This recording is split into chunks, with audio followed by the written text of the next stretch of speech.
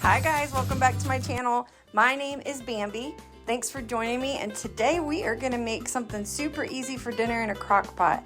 I love making quick, easy meals out of your crock pot. It's my favorite kitchen appliance.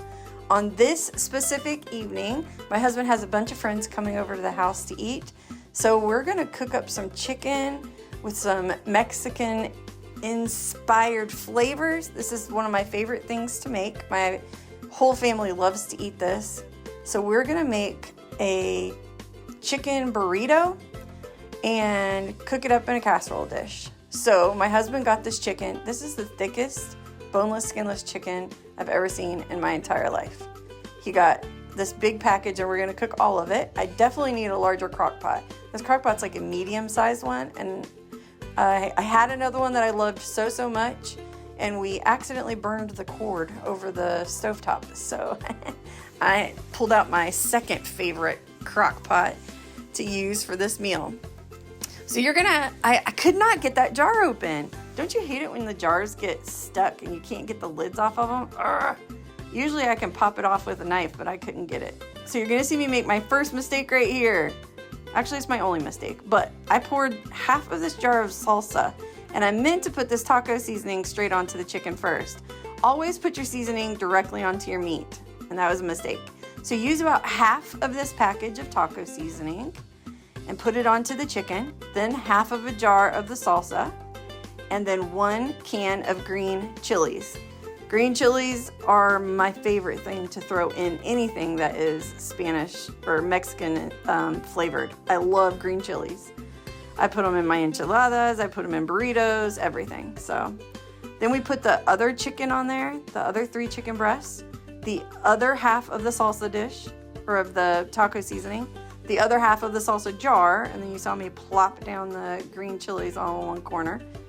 Just spread it out, make sure it's evenly distributed. And then this is the key ingredient to the best anything that you put into your crock pot, and that's cream cheese. Actually, not anything, but this specific thing. It's so great. Cream cheese is awesome.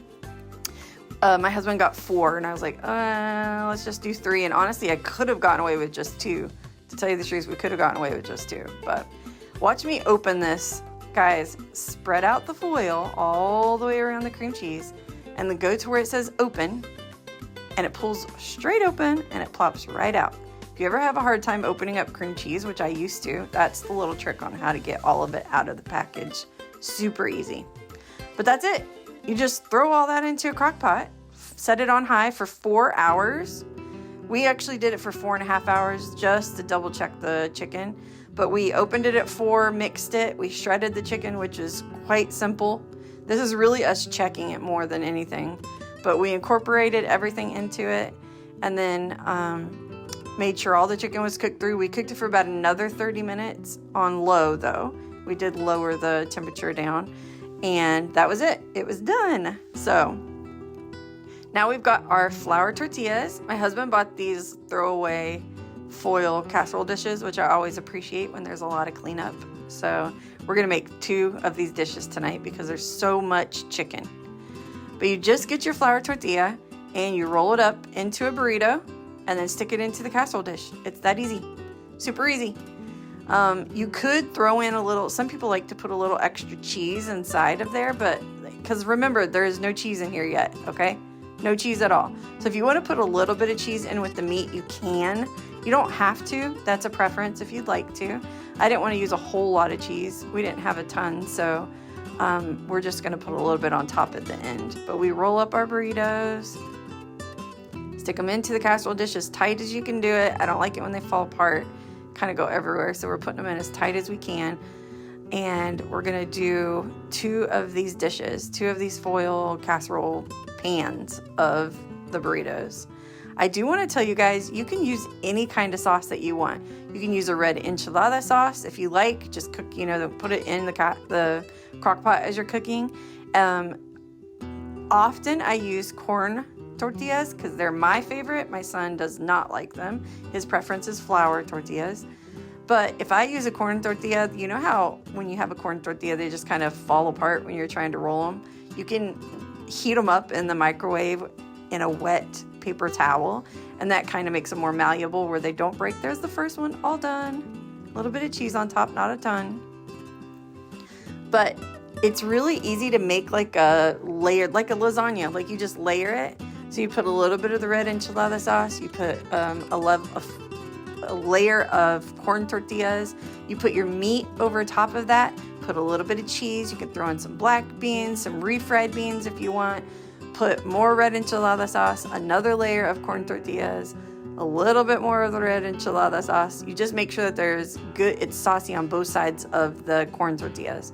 And actually, I've been thinking about making that version for my husband's friends the next time they come over, because it gives it a completely different flavor. When you add the red sauce and you do it more like a lasagna, it's almost like it is a completely different dish. So, and it's my favorite because I love enchiladas. That's my whole life, going to a restaurant and ordering something, it was always enchiladas.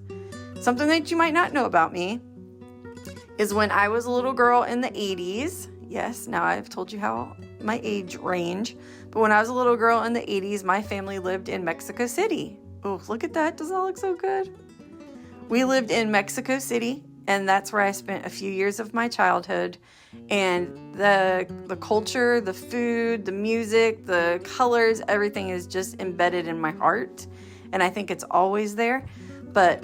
And don't hear me saying that I lived in Mexico City. So this food is very, very Mexican, because that is incorrect. This is an Americanized version of Spanish flavors or Mexican flavors. So don't get it twisted. I'm not saying that I cook as if that's where I'm from, because I do not.